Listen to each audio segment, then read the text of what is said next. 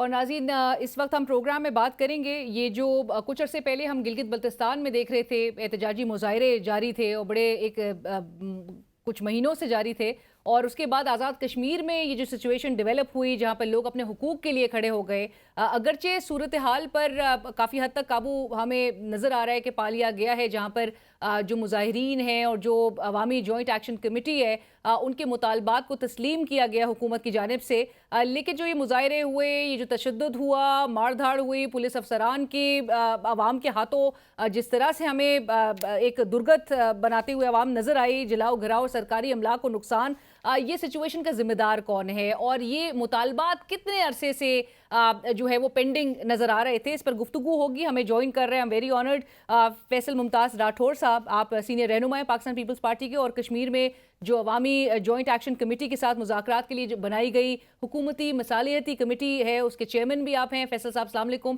بہت شکریہ ہمیں جوائن کرنے کے لیے. وعلیکم السلام جی، بہت شکریہ ہمارے ساتھ پروگرام میں فیصل صاحب آپ کے ساتھ ساتھ ہی ہم نے دعوت دی ہے صاحبزادہ وقاص خالد صاحب کو بھی، جو کہ عوامی جوائنٹ ایکشن کمیٹی کے مرکزی رہنما بھی ہیں. وقاص خالد صاحب بہت شکریہ آپ کا بھی سر ہمیں جوائن کرنے کے لیے. اور ہمیں سب سے پہلے تو میں جاننا چاہوں گی اور ایون ناظرین تک ہم پہنچانا چاہیے خبر کہ اس وقت احتجاجی جو مظاہرے ہیں کیا وہ ختم ہو چکے ہیں یا ابھی بھی جاری ہیں؟ مطالبات کے تسلیم ہونے کے بعد اب کیا ڈیمانڈ جو ہے وہ سامنے نظر آ رہی ہے؟ ہمیں بتائیں گے حمزہ کاٹل جو کہ نمائندہ ہیں ABN نیوز مظفر آباد سے، ہمیں جوائن کر رہے ہیں. حمزہ بتائیے گا اس وقت تازہ ترین صورتحال ان مظاہروں کے حوالے سے کیا ہے؟ جی بالکل علینا، حکومت آزاد کشمیر کی جانب سے جموں کشمیر جوائنٹ عوامی ایکشن کمیٹی کے جو مطالبات تھے ان کو لے کے حکومتی مصالحتی کمیٹی ایک ترتیب دی گئی تھی، جس کے بعد حکومتی مصالحتی کمیٹی نے راولہ کوٹ اور جو دھیر کوٹ ہے اس کے مقام پہ حکومتی ایکشن کمیٹی کے ساتھ مذاکرات کیے اور ان کو جو ہے اس امر کی یقین دہانی کرائی کہ مظفر آباد پہنچنے سے پہلے ان کے تمام تر مطالبات کو یکسو کرتے ہوئے ان کے نوٹیفکیشن جاری کر دیے جائیں گے. جب نوٹیفکیشن جاری ہوئے اسی اثناء میں جو قافلے تھے وہ مظفر آباد پہنچنے شروع ہوئے. اسی اثناء میں چند ایک مقامات پہ جو ہے سیکورٹی فورسز کے ساتھ مظاہرین کی جو ہے جھڑپوں کی جو ہے اطلاعات موصول ہونا شروع ہو گئی اور اس کے بعد یکسر ہی شہر کی جو فضا ہے وہ تبدیل ہو گئی. مختلف مقامات پہ جو ہے جھڑپوں کی جو ہے خبریں آ رہی ہیں، متعدد افراد کے زخمی ہونے کی بھی اطلاعات موصول ہو رہی ہیں. تاہم انٹرنیٹ سروس کی جو ہے بندش کی وجہ سے جو ہے مصدقہ چیزیں ابھی تک مل نہیں سکی. اس کے علاوہ اگر بات کریں ضلعی انتظامیہ کی تو ضلعی انتظامیہ سے بھی رابطہ نہیں ہو سکا اور جو ایکشن کمیٹی ہے اس کے جو ذمہ داران ہیں، اس کے جو ترجمان ہیں، انہوں نے مظاہرین کو پرامن رہنے کی ہدایت کی اور انہوں نے اس امر کا جو ہے یقین دلانے کا کہا ہے کہ جو مذاکراتی کمیٹی تھی اس نے اپنے تمام تر مطالبات جو ہے مان لیے ہیں اور جو کارکنان ہیں اور جو عوام ہیں وہ اب پرامن طور پہ جو ہے اپنی روزمرہ کی معمول کی جو ایکٹیویٹیز ہیں ان کو بحال اس کو ریزیوم کر سکتی ہے. وقاص صاحب، یہ مطالبات جو آج ہمیں یہ خبر اور اچھی خبر ہے کہ تسلیم ہو گئے ہیں، لیکن سستا آٹا اور جو بجلی کے نرخ ہے اس سے متعلق مطالبات کتنے عرصے سے پینڈنگ تھے، آپ یہ بتائیے. یہ جو ابھی حکومت کی طرف سے ہمارا نوٹیفکیشن ہوا ہے، ابھی ہمارے مرکزی قائدین جو ہیں وہ کہیں تو 76 میں رکے ہوئے ہیں، مظفر آباد 76 میں جو قافلے ہمارے آ رہے تھے پونچھ ڈویژن سے. تو جو ہمارے چیئرمین ہیں، جو ممبر بھی ہیں کور کمیٹی کے شوکت نواز میر صاحب، وہ ابھی پہنچے ہیں یہاں پہ اپراڈا یہ ایگرو گراؤنڈ ہے وہاں پہ پہنچے ہیں. تو ابھی جس وقت تک باقی قائدین نہیں آ جاتے نوٹیفکیشن ہم دیکھیں گے کیا وہ ٹھیک ہے اس میں کیا، کیونکہ گورنمنٹ کی طرف سے پہلے بھی 4 فروری کو یہ فیصل راٹھور صاحب بیٹھے ہوئے ہیں، یہ بھی اس کمیٹی کے ممبر تھے جو گورنمنٹ کی کمیٹی کی، جو نوٹیفکیشن ہوا تھا اس پہ عمل نہیں ہوا تھا.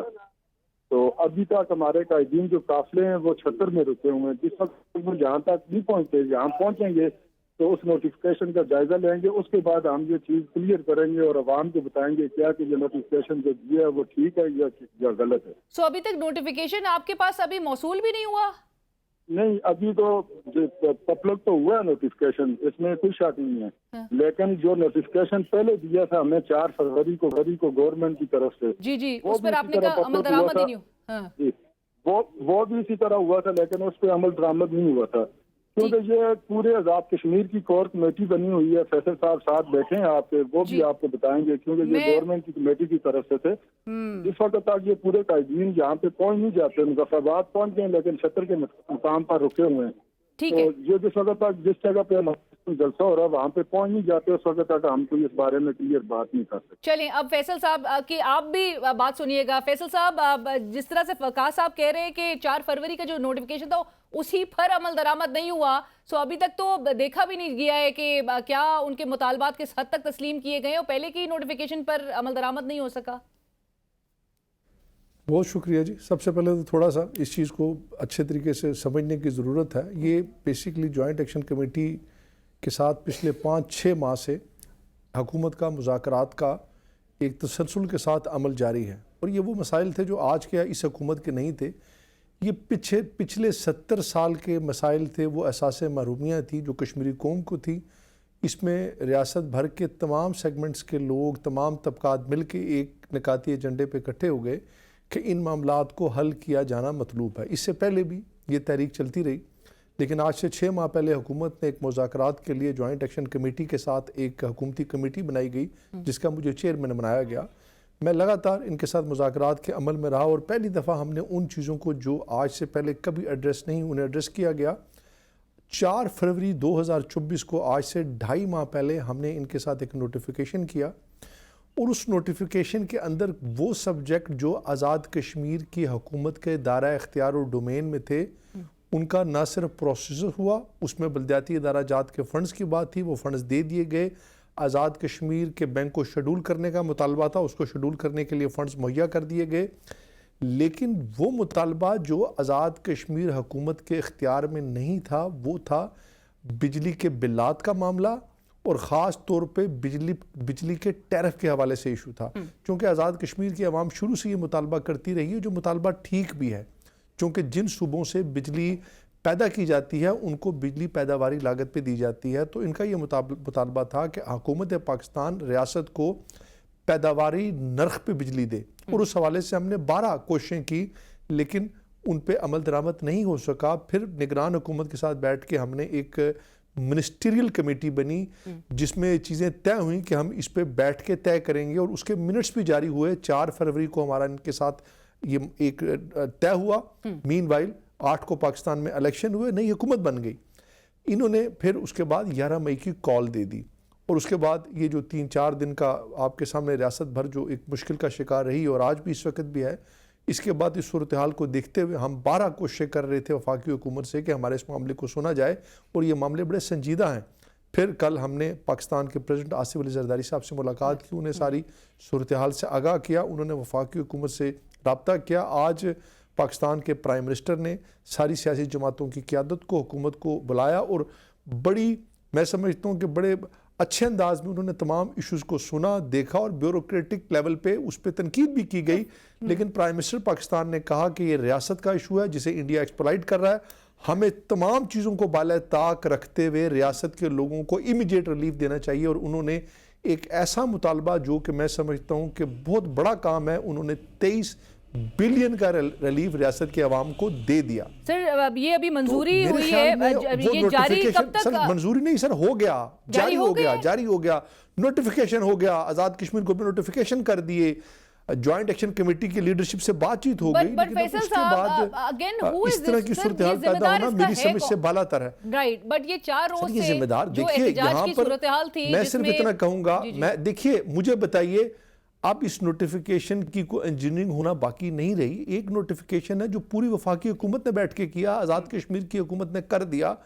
اب وکٹری سپیچ اتنی ضروری نہیں ہے, اس وقت کسی کی ہار جیت نہیں ہے. جوائنٹ ایکشن کمیٹی نے عوامی طاقت کا لوہا منوا لیا, عوام ان کے ساتھ کھڑی ہے, اس میں کوئی دو رائے نہیں ہے. لیکن کیا اس وقت ایسے حالات میڈیشن کا جو سہرا ہے بہرحال آپ سمجھتے ہیں کہ وفاقی حکومت کو جاتا ہے؟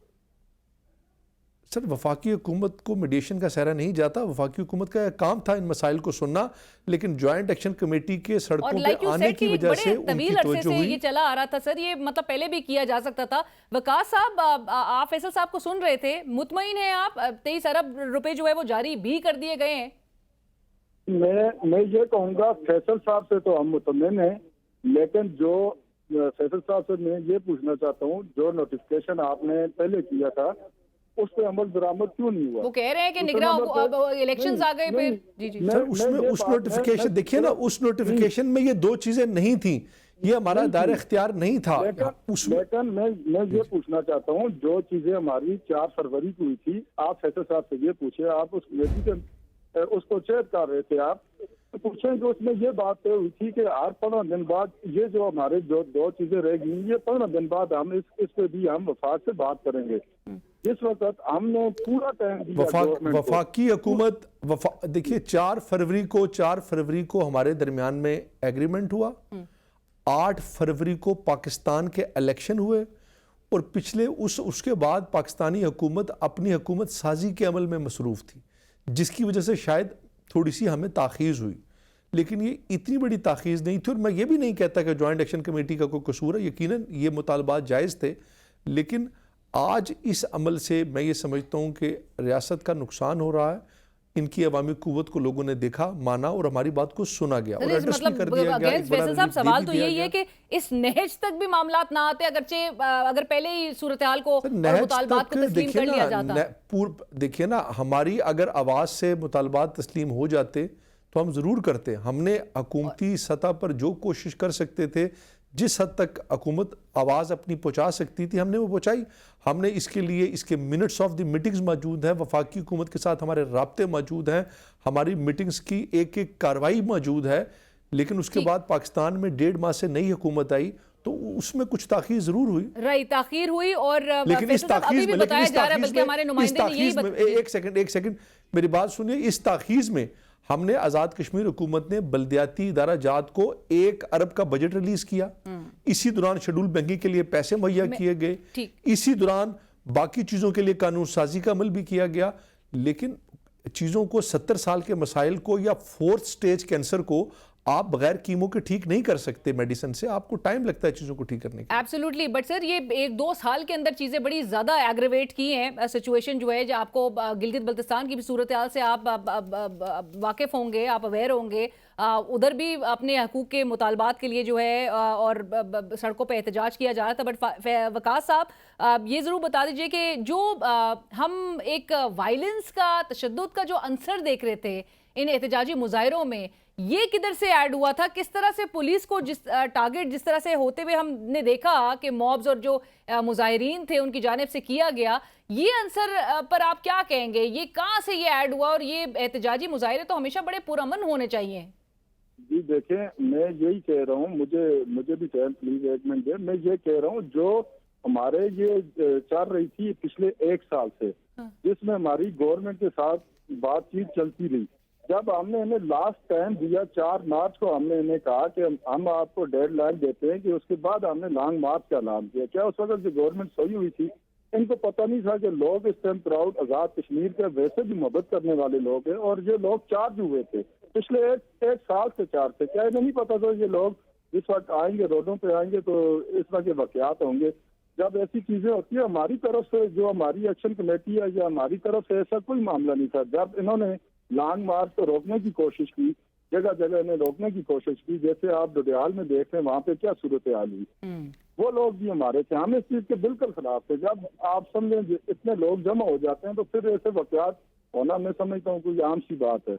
تو ہماری طرف سے پھر بھی ہم نے ہماری اسپیچوں میں دیکھیں, ہمارے قائدین بار بار کہہ رہے ہیں ہم پرامن لوگ ہیں, ہم کسی ملک کے خلاف بات نہیں کر رہے ہیں, ہم کوئی اور ایسی بات نہیں کر رہے ہیں, ہم اپنے حقوق کی بات کر رہے ہیں. حقوق بھی کیا, یہ آئین پاکستان کے آئین میں لکھا ہوا ہے کہ ہم یہ کہہ رہے ہیں ہمیں پیداواری لاگت پہ بجلی دے دیں.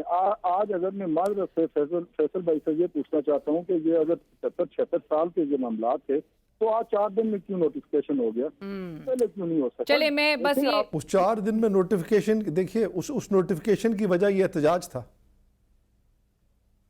پہلے کہہ رہے تھے کہ پورے آزاد کشمیر سے لوگ نکل رہے ہیں, اس لیے ہم یہ کہہ رہے تھے تو تصادم کی طرف نہ جائیں. آج میں اس ٹائم مظفر آباد سٹی میں بیٹھا ہوں, مجھ سے بہتر فیصل بھائی کو پتہ ہوگا.